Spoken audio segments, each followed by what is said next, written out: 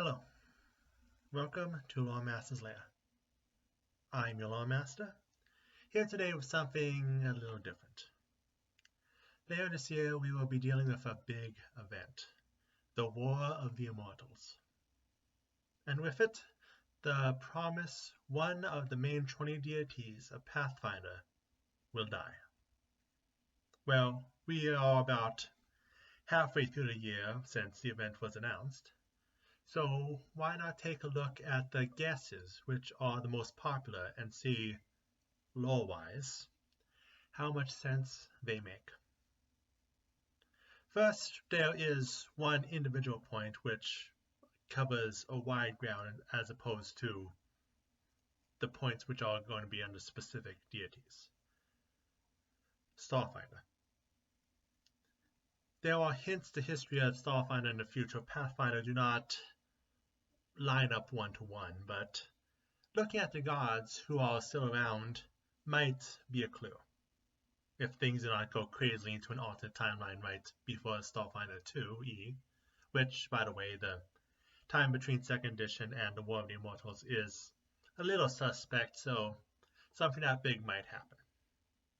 But assuming it doesn't, the ones we have are Abadar, Desna, Iomade, Pharasma, Sanre, Ugathoa, and Zon-Kuthon. And the most minor, we have Asmodeus, Lamashtu, Caden Kaelin, and Callistria.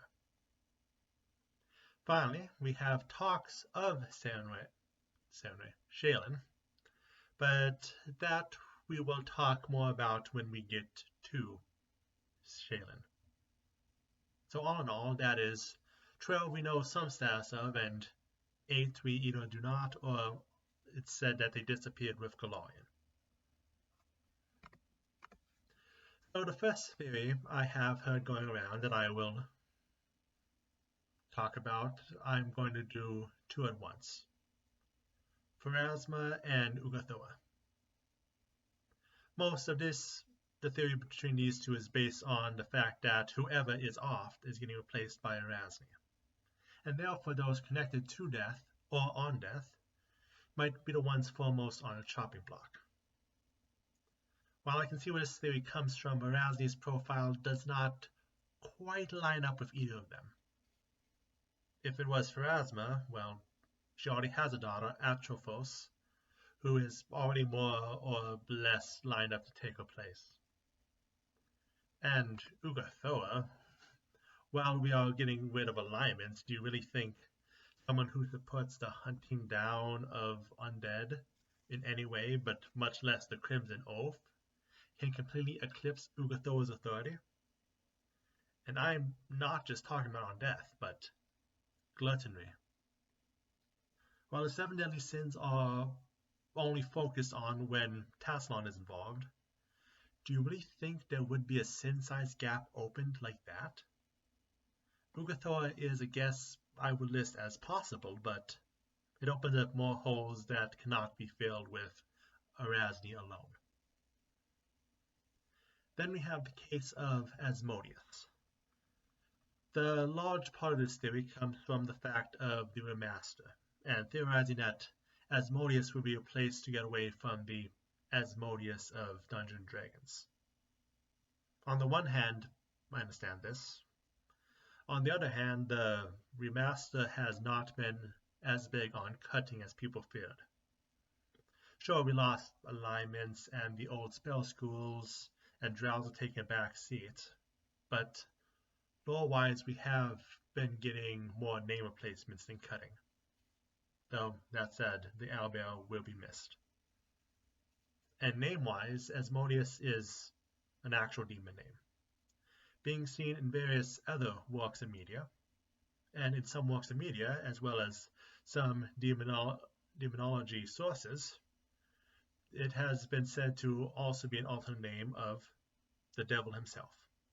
So, I don't see anything actionable with Asmodeus staying in, and I therefore think the devil is safe. Next is a large and more likely category.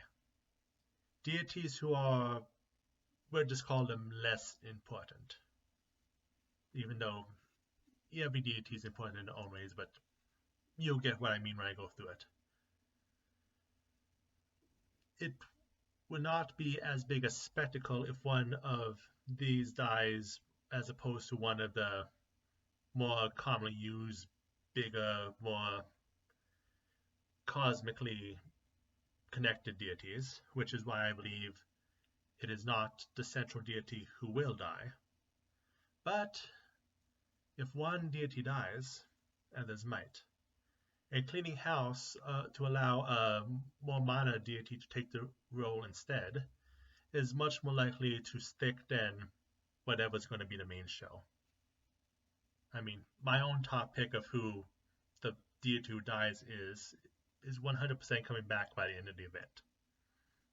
So, either way, the deities who might also die along the way include the likes of Khazra, which would push druids to just be green faith as opposed to having their own god, or Norgabur, the only Starstone deity who does not survive the Starfinder, and is known to be replaced by Lao Shupo.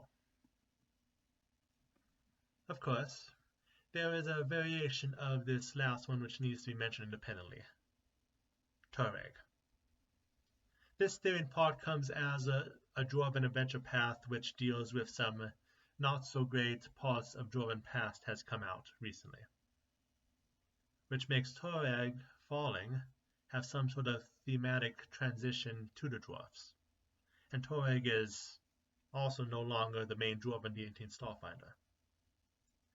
However, there is a question of why dwarfs, as one of the main ancestries, will not still have some deity of the Dwarven pantheon take over. Halflings and gnomes are one thing, but Tureg has heirs who can, and in Starfinder do, step in to take his place. So, why would someone like Erasni need to step in to be one of the new main 20? And overall, the dead deity will likely be one who sends shockwaves through multiple ancestries and not just the dwarfs. Now we go into one of what I would say are the most plausible theories, starting with Shaylin. Around the time we received information on the War of the Immortals, we also received the first announcements of Starfinder 2e. In it, we have our new iconic mystic, who worships a combination of Shaylin and Zon-Kuthon. There is a chance this is a synchronization of faiths, bringing the two faiths together, like how the Greeks saw reflections of their own deities in Egyptian deities. However, I believe the context of Shaylin in Starfinder is important. We know that her orders to her followers became inconsistent at some point, and that she's been gone, which her followers have assumed is because she's looking for a cure for her brother, but I'm not sure if that's been confirmed or whether that's just something that her followers have assumed.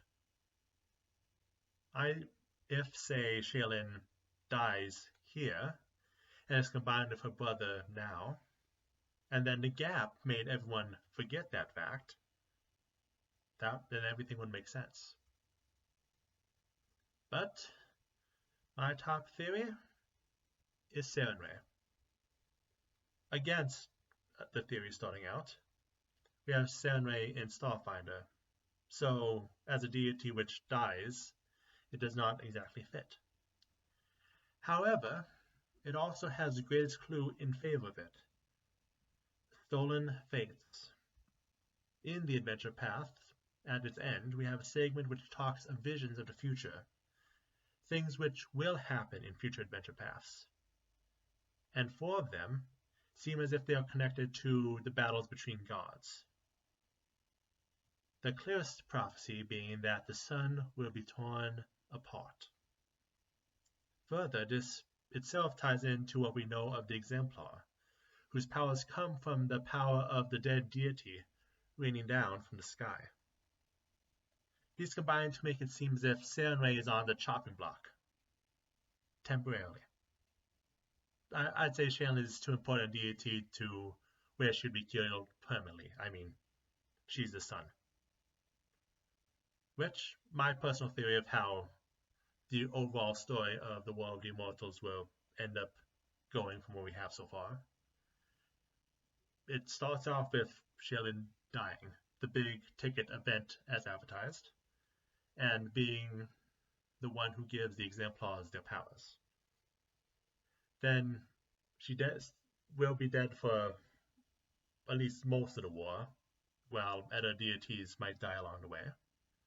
But at some points, whether through the players or through players' adventurers, it's tabletop, whether through the adventurers or through some other means, she does get brought back.